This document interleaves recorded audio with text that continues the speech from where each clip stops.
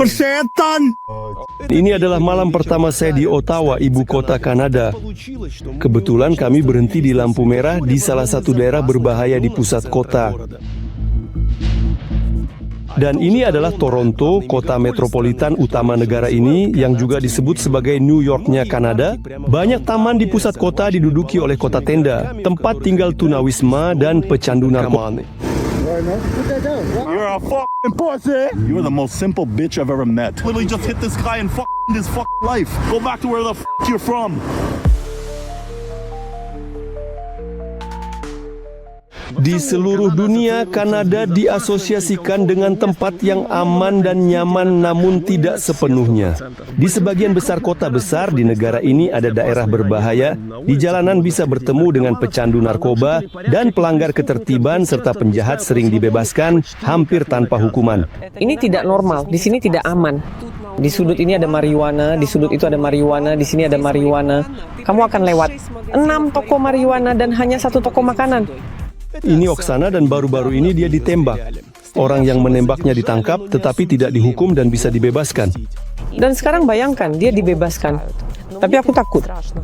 Aku bisa saja berjalan di jalan dan tiba-tiba ada suara tembakan di kepalaku. Bisakah kamu menjauh dariku?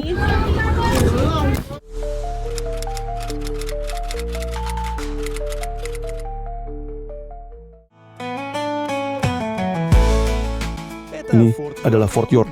Di sini adalah ibu kota Kanada atas ketika masih menjadi koloni. Disinilah semuanya dimulai, dan lihatlah kemana ini mengarah. Gedung-gedung tinggi elit pencakar langit kaca kemewahan dan kesuksesan. Orang kaya di loteng menghitung keuntungan, sementara gadis-gadis kaya berjemur tanpa meninggalkan teras mewah dan tanpa turun ke jalan. Namun di bawah jalan layang, suasananya tidak begitu menyenangkan. Tumpukan sampah, kotoran, dan tenda-tenda bagi mereka yang tidak punya uang, bahkan untuk tempat tinggal termurah sekalipun. Tenda dianggap mewah didirikan bukan di atas beton, tetapi di atas rumput. Dengan metro, saya tiba di daerah alun-alun Yonge Dundas. Anda keluar dan langsung masuk ke masa depan. Gedung pencakar langit, layar besar, semuanya berkilau dan bersinar. Sekali lagi, perbandingan dengan Times Square di Manhattan, New York muncul. Namun daerah ini juga terkenal dengan sisi gelapnya. Polisi ini sudah menangkap seseorang dan memasukkannya ke dalam mobil. Hanya 50 meter dari mereka, beberapa pria saling membantu mengikat lengan dengan sabuk dan mencari vena. Lihat, 5 menit kemudian mereka sudah saling menyentuh dengan lembut. Orang-orang aneh dan bengkok ada di setiap langkah. Mereka diberi batas waktu medis, kalian semimba tidak mengerti.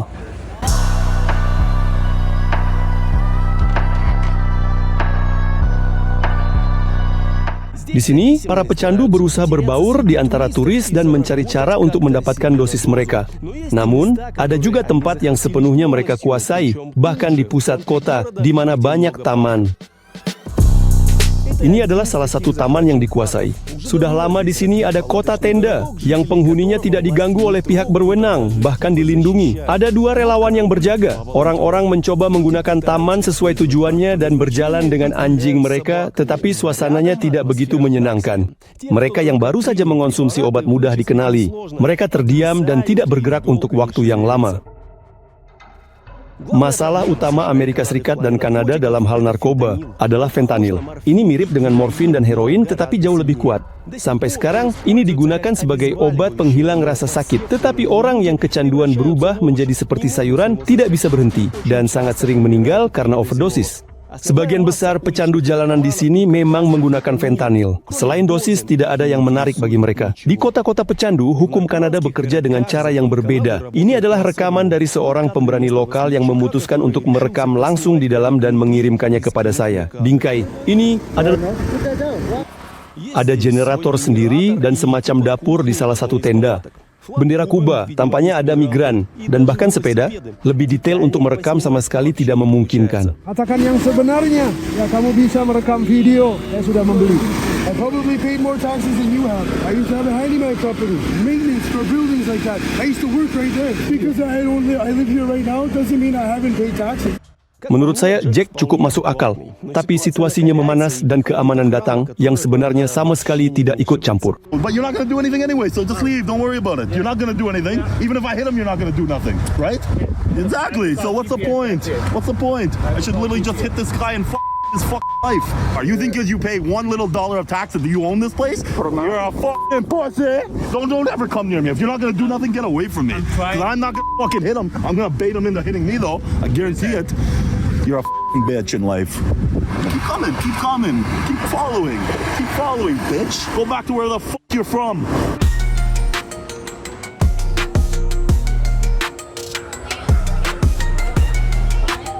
$10 пирожок. Я бы в Молдове умер с таких цен. Здесь как-то привыкаешь. Одно тесто. Dari Toronto saya pergi ke Ottawa. Ibu kota jauh lebih kecil dan lebih tenang, tetapi terlihat profesional. Hal pertama yang saya lakukan adalah berkeliling pusat kota. Di belakang kemudi ada Alexei, dan sementara kami mengobrol di lampu lalu lintas, seseorang yang tidak dikenal masuk ke dalam bingkai. Sial, kita akan memperbaikinya. Bayangkan saya tidak mengharapkannya. Dan ini... Это мы как раз на этом пятачке, да? Да. Здравствуйте. Ёшкин кот. Ini adalah tempat di mana ada tempat penampungan untuk pecandu narkoba. Di sini selalu ramai dan mereka membagikan narkoba berat. Bagaimana jika kita mengirim video ini ke polisi sekarang? Apa yang tidak akan kita lakukan? Saya tidak bisa keluar untuk bertarung dengannya. Ya, tidak bisa. Sayangnya. Di Amerika Serikat itu bukan masalah. Saya pikir saya tidak akan mendapatkan apa-apa untuk itu. Di Kanada? Ya. Tapi kamu bisa menabrak mobil sedangkan orang itu sudah berbeda. Saya pikir masalahnya sayangnya tidak bisa. Pernahkah terjadi mereka mengejar dan dikeluarkan? Satu mobil mengejar yang lain, seseorang mencoba memperlambat mengeluarkan sesuatu. Itu terjadi beberapa kali, ada video seperti itu. Tapi semuanya tetap di tempatnya. Sistem anti-obor.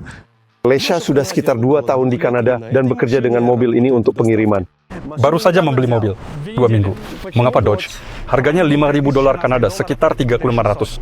Tidak ada tiket bagus. Teman saya bekerja di Uber Eats dan selalu dalam pengiriman Eats. Dia sudah memiliki tiket parkir senilai $400. Dengan Lesha kami kembali ke pusat kota. Apa yang menarik? Dimulai dari pusat kota 1-2 blok, setelah itu ada kawasan pemerintahan, bangunan pemerintah, luar biasa ya, hanya secara visual. Tidak ada tunawisma, tidak ada pecandu, tidak ada siapa-siapa. Ya, seolah-olah mereka seperti saya bilang, NPC dalam permainan, mengerti? Mereka tidak keluar dari batas kotak. Mereka tidak terlalu diganggu. Maksudnya, orang gila dan orang-orang seperti itu cukup banyak di sini. Di sini ada pusat perbelanjaan besar. Karena itu, ada sesuatu dibagikan di sini. Semua orang berkumpul di sini. Di mana-mana ada rumah yang cukup menarik. Saya pikir harga rumah-rumah ini saat ini harga rumah cukup tinggi. Di sini ada legalisasi dan ganja sudah dilegalkan. Sejauh yang saya tahu di British Columbia, narkoba sepenuhnya didekriminalisasi, jadi heroin dan lainnya. Bau ganja tercium di sini. Di Montreal saya tidak mencium bau ini dimanapun, tapi di sini di mana-mana. Hanya kebetulan. Dalam 5 bulan saya pikir. Ada banyak toko ganja di sekitar, tapi kami pergi ke tempat yang lebih ketat. Garis tak terlihat, kami sekarang melewatinya dan kami berhenti dan kamu bisa merasakan bahwa sesuatu akan terjadi. Dan sekarang kita akan berada di daerah yang menyenangkan. Menurutku baunya seperti kuda. Baunya seperti kuda. Mungkin mereka memakan kuda dan tertidur. Lihat pintu dan jendela yang dipaku. Apa yang ada di sana? Mungkin itu sarang narkoba, tapi lampunya menyala kan? Aneh, setuju. Saya pikir mereka memasak krokodil di sana. Airbnb untuk pecandu, semakin dekat ke tempat penampungan, semacam tempat perlindungan untuk pecandu, situasinya semakin menyedihkan. Mereka yang sadar mengais-ngais rumput dan sampah dan melakukan hal-hal aneh. Yang lainnya tidak sadarkan diri dan tidak selalu dalam posisi berbaring. Bagaimana bisa seseorang tidur sambil berdiri? Mengerikan. Ini adalah tempat penampungan dan penjaga di sini. Di dekatnya, orang-orang duduk di lantai yang basah, tetapi ada juga seorang pria di kursi berpakaian olahraga bersih. Dari penampilannya, dia tidak tampak memakai fentanyl. Sebagian besar menyuntikkan diri dekat situ. Ya, terima kasih kami tebakan.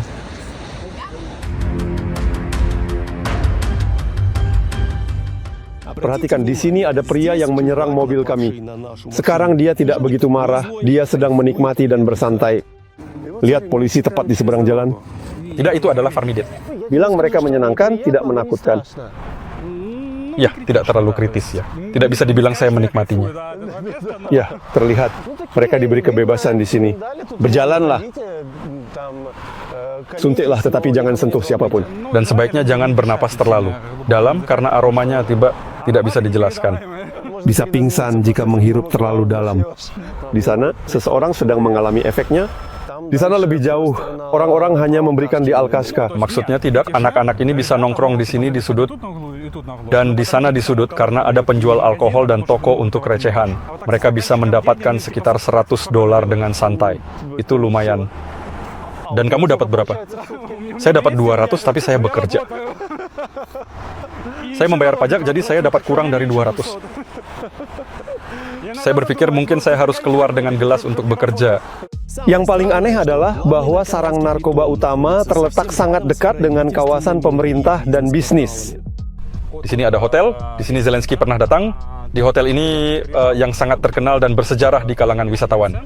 Kita sudah pergi. Berapa jauh? 3 blok, dan di sini tidak ada gelandangan. Dan di sini dimulai parlemen.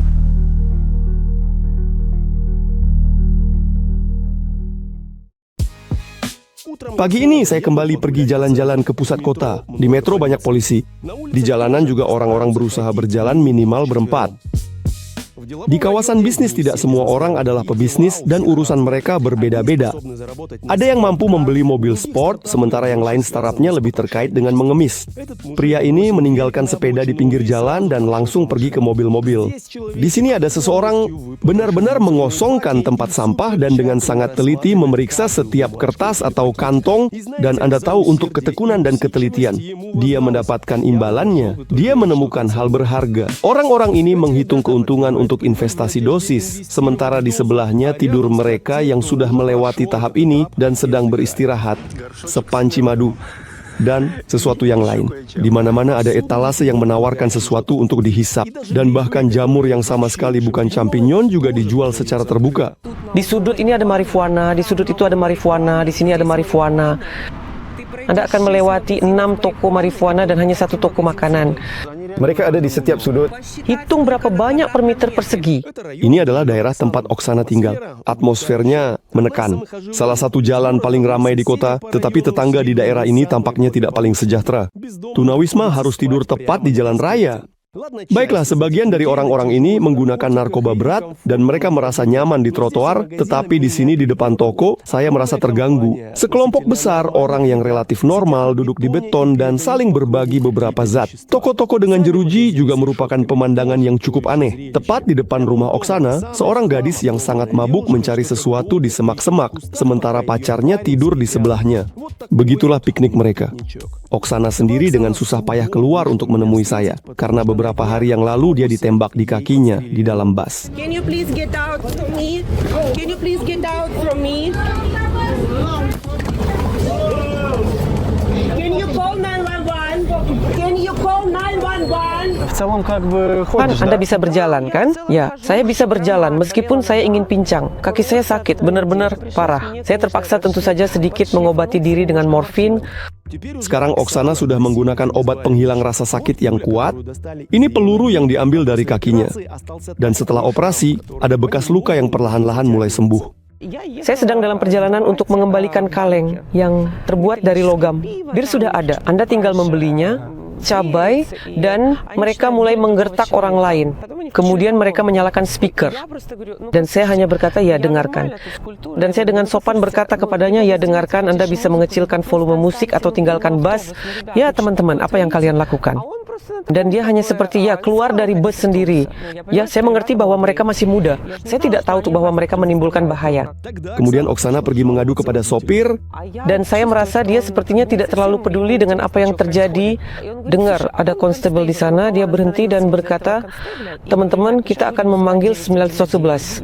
911 dan ada konstabel. Dengar keluar dari bus. Saat itu Oksana belum merekam tetapi memegang telepon. Apakah dia ingin mencuri telepon atau bagaimana? Dia ingin mengambil telepon karena dia pikir saya mengambil fotonya, tetapi saya tidak mengambil fotonya. Saya sebenarnya duduk dan berpikir apa yang harus dilakukan. Anak laki-laki ini yang mereka duduki dibully, tidak ada yang mengatakan apa-apa. Dengar. Mereka memakinya dengan kata-kata kasar. Jika saya berada di Kiev dan naik angkutan umum, orang-orang pasti akan menghentikannya. Orang-orang kita pasti akan menghentikannya. Mereka sama sekali tidak terlibat. Tidak ada yang mengatakan apa-apa. Hanya satu pria berkulit hitam yang duduk di kursi kedua, dan dia seperti tahu apa yang kamu lakukan. Setidaknya seperti itu. Ya benar. Jadi saya bereaksi seperti itu. Tahu saya melihat seperti itu. Saya benar-benar takut. Masalahnya adalah saya takut. Saya tidak mengerti apa yang akan terjadi selanjutnya. Oksana tidak tahu bahwa memiliki pistol. Saya menendangnya menjauh dari saya karena sudah benar-benar parah. Dia sudah mulai meraih saya, sudah benar-benar berteriak pada saya. Apa yang dia rencanakan saat itu? Kenapa ranselnya terbuka? Ransel, di mana pistolnya? Ya, tentu saja benar. Jadi dia sudah berpikir mungkin harus menembak. Mungkin harus menembak. Melihat pistol itu, Oksana tidak panik dan mencoba menghindar. Saya melindungi diri seperti ini.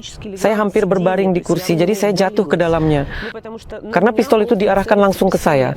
Bisakah kamu menelepon 911? Apa itu senjata? Apa? Apakah itu senjata angin? Ya, pistol angin.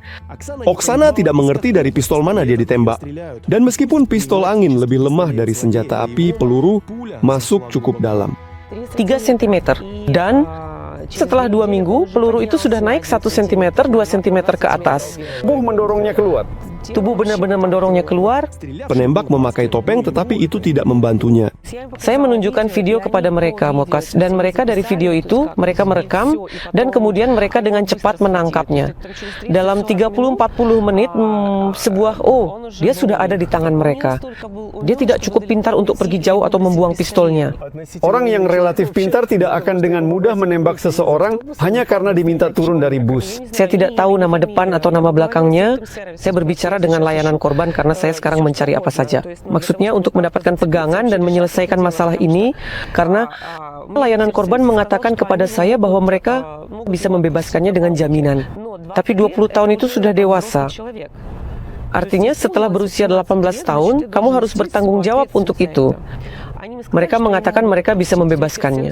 Viktor Semenovic berkata mungkin mabuk atau di bawah narkoba. Kenapa saya harus peduli dengan itu? Dengar, kalian melepaskan orang-orang ini ke jalan.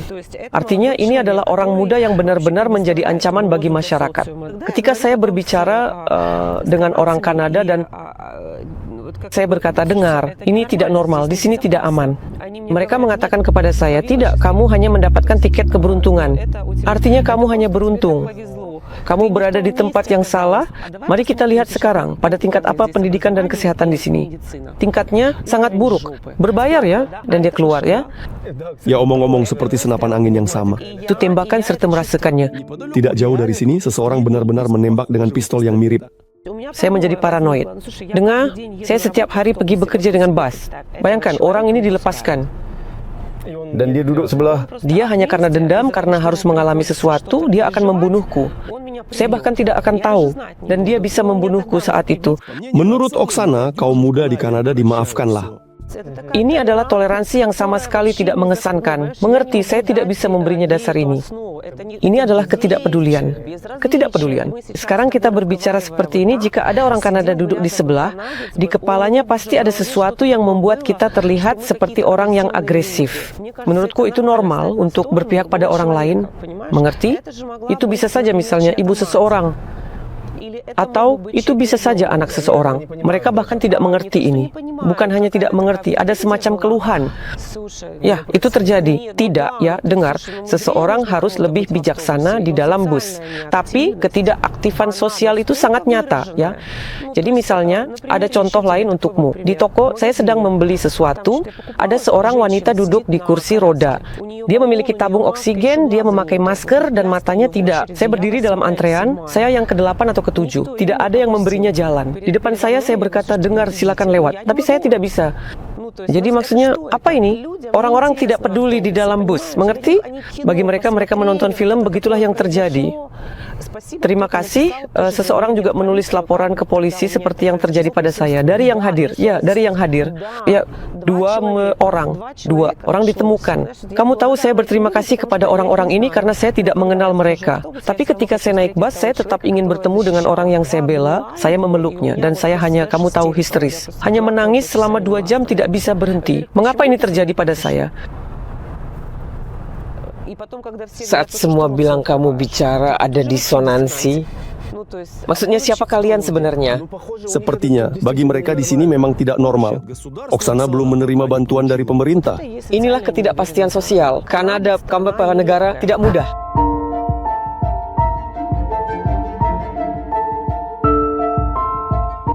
Pada siang hari, daerah tempat penampungan pecandu narkoba berada terlihat lebih berwarna. Yang cukup lucu, di sebelah tempat di mana narkoba berat dibagikan, ada pusat perawatan anak.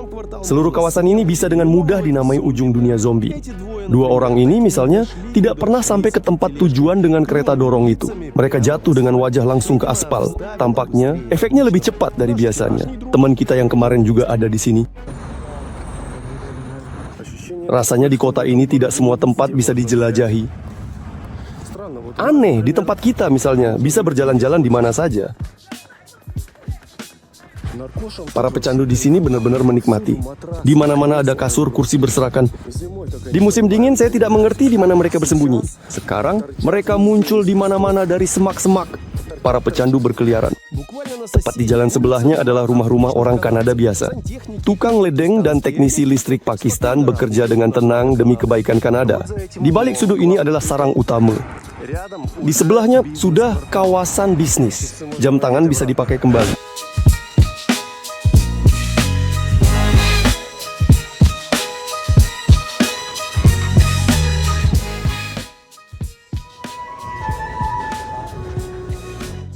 Ini kembali di Toronto dan saya sudah membuat video tentang kota besar ini. Ini Valerie. Dia sudah lama sekali di Kanada. Selama kariernya sebagai pengacara, dia menghadapi banyak kasus yang berkaitan dengan kekerasan, narkoba, dan senjata. Tentang senjata, semuanya berubah dengan sangat cepat. Ketika saya masih belajar di sekolah hukum, kami memiliki hukuman minimal untuk kasus senjata. Apakah Anda ditemukan memiliki senjata? Tidak terdaftar, artinya tidak ada hak. Semua 5 tahun itu tidak ada cara lain. Hari ini di sini mungkin, tidak setiap minggu. Tapi Anda akan melihat seseorang di pusat kota yang menembak dan seseorang sudah menusuk. Tapi semua ini adalah imigran, siapa pelakunya. Mungkin mereka yang tidak bisa bertahan hidup di sini. Yang ini mahal. Dengan pecandu narkoba di jalanan situasinya tidak kurang rumit. Masalahnya adalah tidak jelas apa yang harus dilakukan dengan mereka. Dia melanggar hukum, dia berjalan menyerang semua orang, tapi Anda menangkapnya, memasukkannya ke penjara, lalu apa? Anda melepaskannya, dia keluar dan dia terus berkeliaran. Dan apa? Seolah-olah begitulah semuanya berakhir memperbaiki yang baik. Tidak, dari sisi lain. Di jalan dia merupakan bahaya. Ya, dulu mereka tidak berbahaya. Sekarang mereka sudah sangat agresif. Jangan berjalan di jalanan pada malam hari. Kam-kam tenda, sebelumnya tidak pernah ada. Maksudnya, mereka mendirikan tenda-tenda ini dan baik-baik saja. Dan seakan tidak ada yang mengatakan apa-apa. Pusat-pusat penggunaan narkoba mereka legalkan. Maksudnya, mereka bilang, kenapa kalian harus berada di tenda kalian? Dengan jarum suntik kotor, sumur. Datanglah ke sini, kami punya pusat di sini. Tapi bawa narkoba kalian sendiri, dan kami akan di sini. Kami akan memfasilitasi, kami akan melakukannya dengan baik. Semuanya akan dilakukan dengan suntikan, agar kalian baik-baik saja. Hari ini narkoba keras ini seolah-olah dilarang, tetapi di pusat-pusat ini mereka bisa mengadministrasikannya. Di Ottawa ada pusatnya di pusat kota. Tidakkah ini bisa dipindah keluar kota, ke lapangan? Akan sangat baik, tetapi tidak manusiawi. Dan hari ini pemerintah, mereka umumnya membuat keputusan yang bekerja dengan cepat. Mereka tidak berpikir untuk jangka panjang. Mereka ingin melakukannya sekarang. Ada masalah, harus segera dibangun. Jadi biarkan pusat itu ada di sana, tapi kita berpura-pura kita telah memutuskan sesuatu. Mungkin tampak bahwa di Toronto hanya ada satu taman yang dikuasai. Tapi tidak, menurut Valerie, Zombieland dengan cepat berkembang dan ada banyak titik fokus. Foto-foto ini diambil olehnya sendiri. Valerie kadang-kadang pergi berburu foto seperti ini, dan kali ini dia sampai di Kensington Market. Di sini kota tenda benar-benar mengelilingi gereja. Orang-orang di sini bisa dikatakan mengalami pencerahan langsung di depan gereja.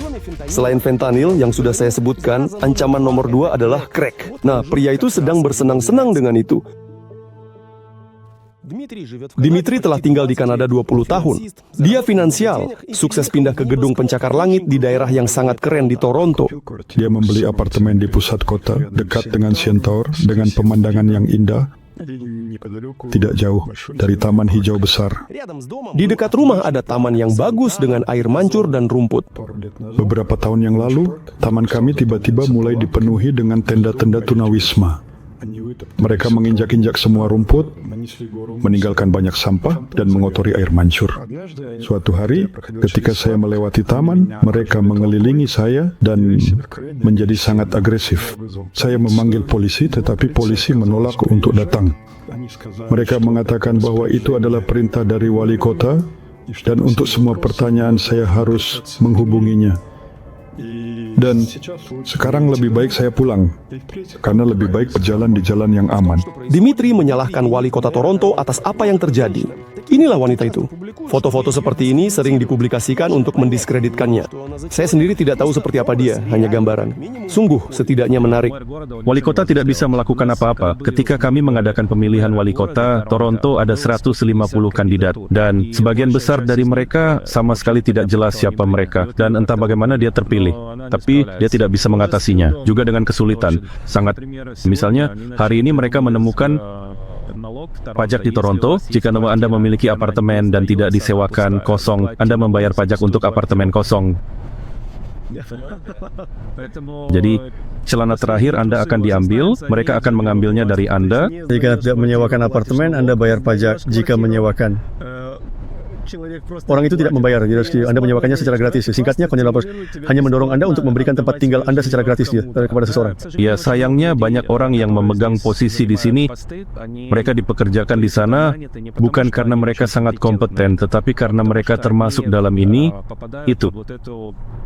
Dia, bagaimana mengatakannya, diversifikasi. Di negara bagian Anda, ada orang dari berbagai kebangsaan, orang LGBT sendiri, bahkan di sekolah hukum, saya melihat ada orang-orang di sana, diberitahu oleh mahasiswa di sana, sial, setengah dari mahasiswa di sana seharusnya tidak ada di sana. Mereka diterima hanya untuk memenuhi diversitas ini, kebijakan ini sebenarnya. Dengan harapan pengaruh pada pemimpin, orang Kanada sering melakukan protes. Aksi para pengemudi truk. Yang paling besar beberapa tahun terakhir. Sebenarnya saya pahami, apa itu protes Kanada? Itu seperti hari kota, konser, barbecue, tetapi di sana mereka membuat hotdog. Ada yang berbayar, ada yang gratis. Banyak orang menyumbangkan uang, dan semuanya sangat damai, tidak ada penangkapan. Ini tidak seperti saya melihat beberapa protes, semua orang berteriak histeris, berlari. Lalu polisi mengejar orang, merusak, dan memasukkan mereka ke dalam bus. Di sini orang berjalan sopan, seperti hari kota. Menurut Valeri, polisi Kanada jarang mendapatkan izin untuk bertindak keras dan merusak seseorang. Apa yang dikatakan polisi di Kanada? Mobilmu dicuri, agar pintu Anda tidak dirusak dan Anda tidak membahayakan diri sendiri, cukup letakkan kunci mobil di ambang pintu. Jika mereka ingin mencuri, mereka mengambil kunci, masuk ke mobil dan pergi. Nah, mengapa harus mendobrak pintu, mengganggu ketenangan kita? Apa yang dikatakan polisi Amerika? Yang terhormat di sana, siapa mereka? Warga. Kami mengadakan kelas menembak pistol setiap hari Sabtu. Jika ada yang datang kepada Anda, tembak saja tanpa ragu. Lebih baik jika Anda menembaknya karena mengurangi pekerjaan kami. Tetangga di seberang mobilnya dicuri, di sini di daerah ini, tepat di seberang, di tempat saya. Jika diasuransikan maka tidak masalah. Menangis ya. Mengapa asuransi ini mahal? Nah, Alexei merasakan kehadiran polisi dengan baik. Lebih baik tidak menyeberang saat lampu merah di sini. Karena Christina mendapat tiket denda $50, tapi itu masih di Montreal. Itu musim dingin, dan alat seperti itu tidak berfungsi, tombolnya tidak berfungsi dengan baik, mencoba menekan. Ada sekitar 5 orang mungkin berdiri di sana. Nah, tidak menunggu, memutuskan untuk menyeberang. Lampu berkedip, itu adalah mobil undercover. Seperti B tanpa tanda. Mobil hitam biasa, lampu berkedip. Ayo ke sini semua orang. Dan mereka memberi tiket kepada sekitar 5 orang, masing-masing $50. Ayah, kita pasti langsung kena. Lihat, mungkin 2 mobil polisi. Malam ini pusat kota Toronto hampir seluruhnya ditutup. Tidak tahu kenapa, tapi jumlah orang mencurigakan di sini tidak berkurang karenanya. Orang-orang tunawisma juga perlu tidur, dan mereka yang tidak menggunakan narkoba cepat tidur di lantai dan di tenda.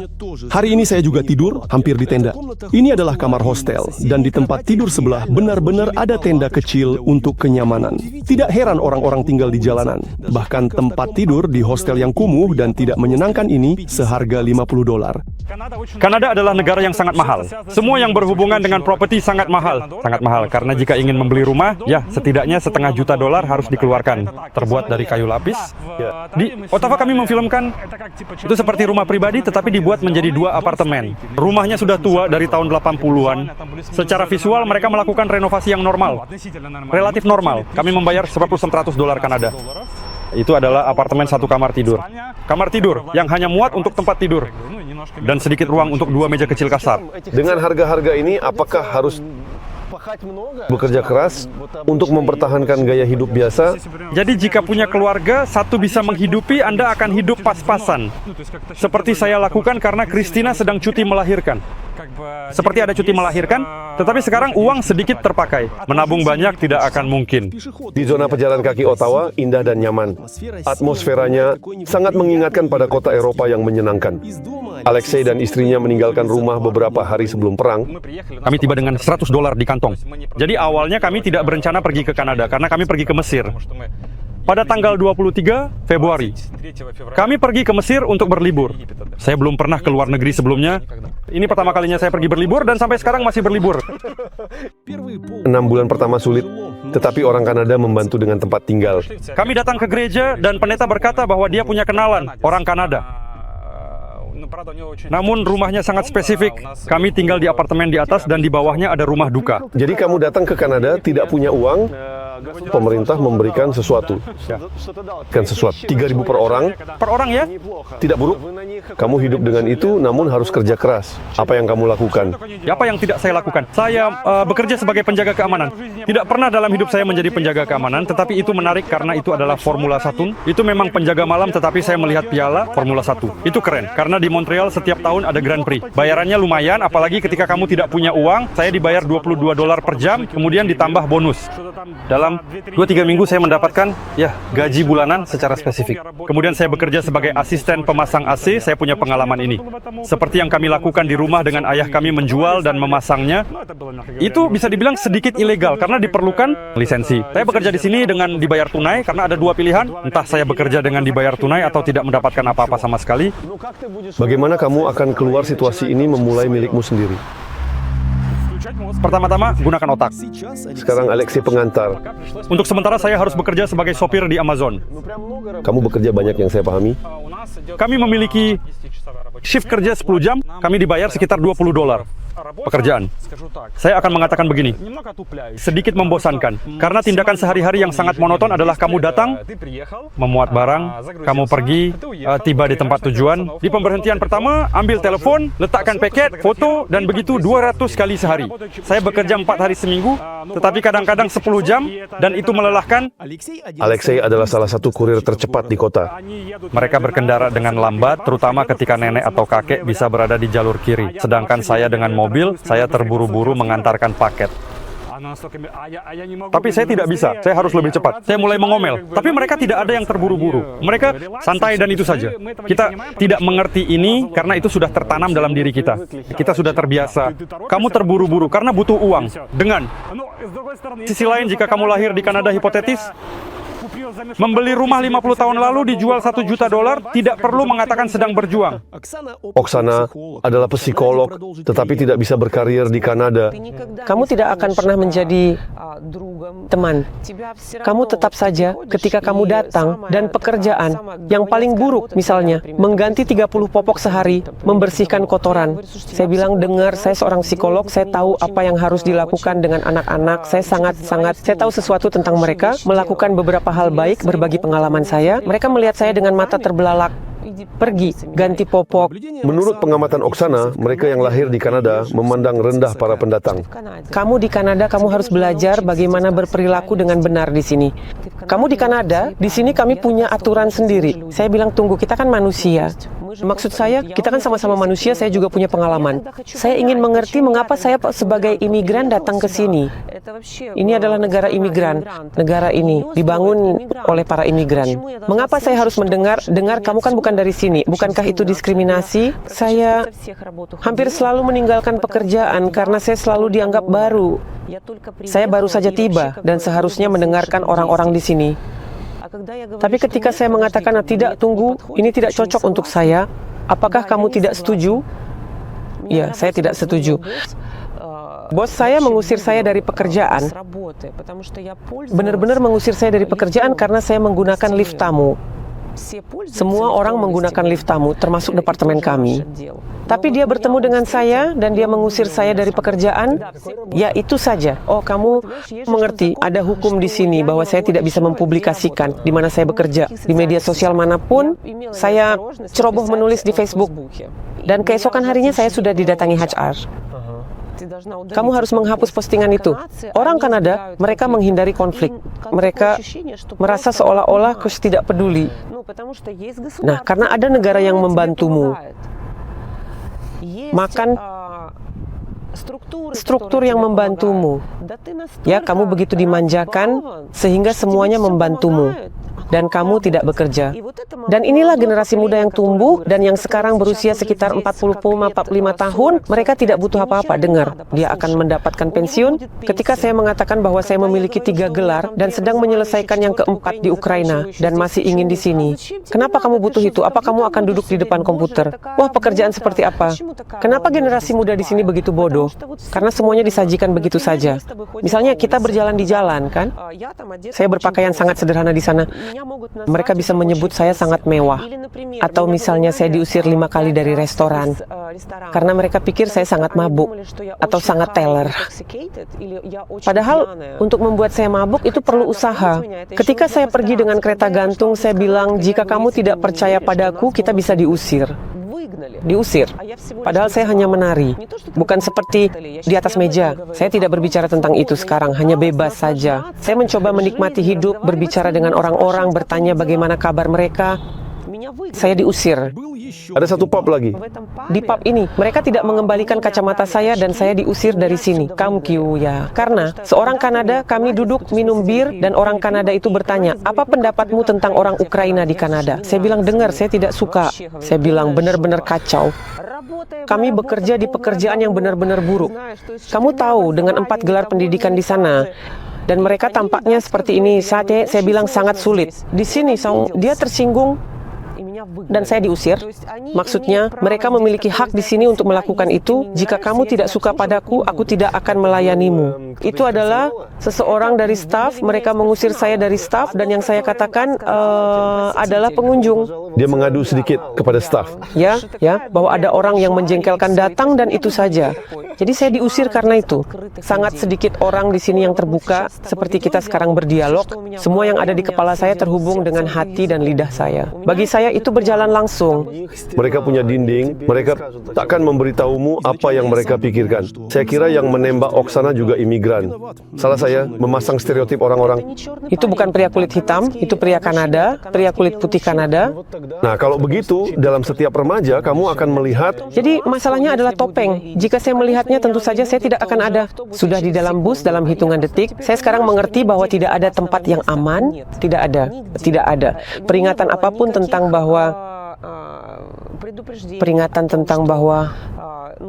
nah, dengar, berhati-hatilah. Jangan datang di sini juga bisa mati.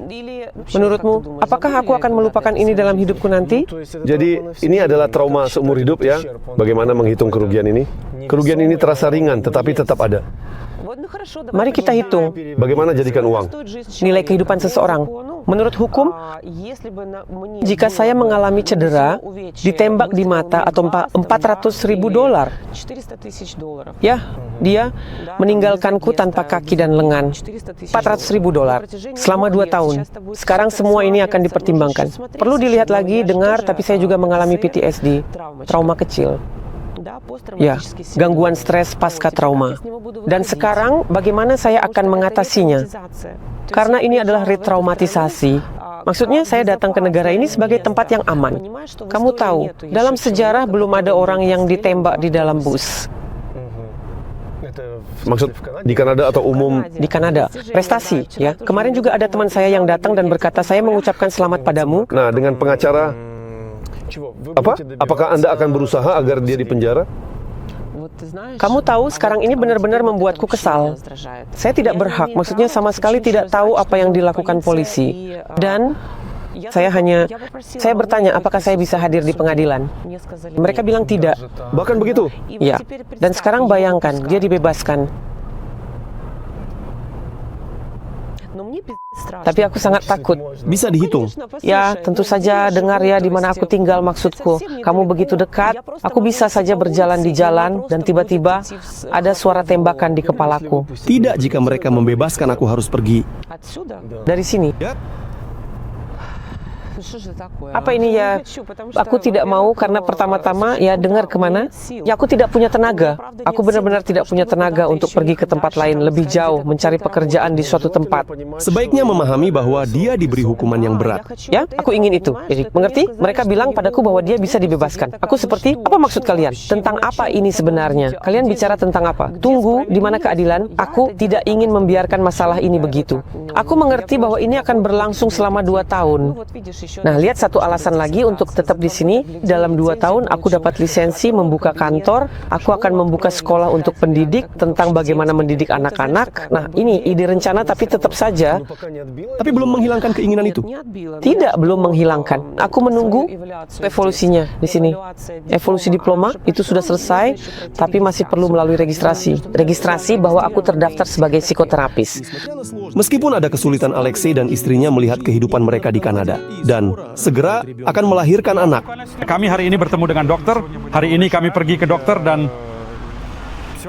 semuanya baik-baik saja. Maksudnya masalahnya adalah menemukan dokter. Jujur saja, jika kamu memiliki pacar istri wanita yang hamil, sulit menemukan tempat untuk mendaftar, itu benar. Jika kamu sudah mendaftar semuanya, tidak akan ada masalah. Mereka akan membimbingmu sampai melahirkan. Bagaimana bisa tidak mendapatkan tempat? Tempat dikagumi rumah kamar mandi? Maksudnya, saya tidak tahu bagaimana ini terjadi pada orang lain. Saya hanya gigih. Saya menelepon sekitar semua klinik di Gatineau dan di Ottawa.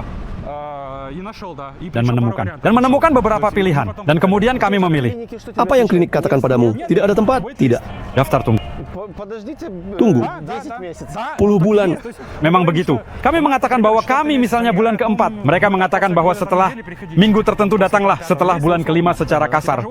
Seperti hewan, sesuatu muncul, lalu datanglah berkunjung, kita ngobrol, dan itu pun tidak pasti, dan itu seperti di luar saat istirahat merokok. Ya, ayo, biarkan aku menyentuh. Alexei sendiri juga berurusan dengan layanan kesehatan Kanada, dan puas baru-baru ini dia menjalani operasi untuk memperbaiki septum hidung. Saya mungkin beruntung di Montreal. Saya menjalani operasi dalam setahun, mungkin semuanya, seperti dari CT scan, dengan pemeriksaan dan dengan semua momen lainnya, anak juga akan lahir. Lebih kuat lagi? Ya, tapi anak akan lahir, entah bagaimana. Ada 2 pilihan di sini, bekerja lebih keras atau hanya menghabiskan uang yang akan diberikan untuk anak, karena pemerintah memberikan uang, dan anak kami akan lahir sebagai warga Kanada, langsung. Orang Kanada juga langsung lahir, di dalam. Pendapatan keluarga, mereka memperkirakan bahwa hingga, menurut saya, mereka memberikan $800 Kanada. Kami punya rencana. Kami tidak ingin menyentuh uangnya, mitomamane. Kami ingin menabung semuanya agar nanti bisa untuk pendidikan. Nah, kenapa tidak bersenang-senang dengan uangnya? Lalu kita tanya ayah di mana uangnya? Dan kami memberimu kehidupan, bagaimana? Ya. Nah, itu momen seperti itu. Dan juga paspor, ya, seolah-olah. Paspor Kanada, Anda belum membayar paspor kepada kami, saudara. Ya, tapi tetap saja kamu bilang bahwa kamu tetap di sini dan di sini berencana untuk berkembang lebih lanjut. 8 bulan di Polandia, saya membangun karier di sana. Awal yang semacam itu. Jadi fondasi yang baik telah diletakkan sehingga bisa tinggal di sana. Dan saya tidak akan berada dalam situasi buruk seperti sekarang ini, di sini, Kanada. Itu membuatku sangat marah hingga aku sudah mengalami semacam memakai sepatu hak tinggi beraktivitas. Saya tidak bisa berada dalam posisi korban. Saya tidak bisa bekerja sebagai psikolog. Saya tidak bisa bekerja. Padahal saya memiliki praktik sendiri selama sekitar 10 tahun. Saya tidak bisa bekerja sebagai perawat karena saya sudah lama menyelesaikan pendidikan keperawatan. Saya akan menggigit bumper manapun. Mengerti? Saya tidak siap untuk pindah lagi. Saya tidak punya tenaga untuk itu. Teman saya pergi dari sini. Dia pindah ke Polandia. Dia berbicara dalam bahasa Inggris dan Prancis dengan pendidikan dari Kanada. Dia menyelesaikan universitas sini, artinya itu diterima di Eropa. Semuanya baik-baik saja, semuanya luar biasa. Dia bilang pergi dari sana, dan saya tahu tidak keringat dingin di seluruh tubuh. Jadi apakah saya benar-benar siap untuk pergi?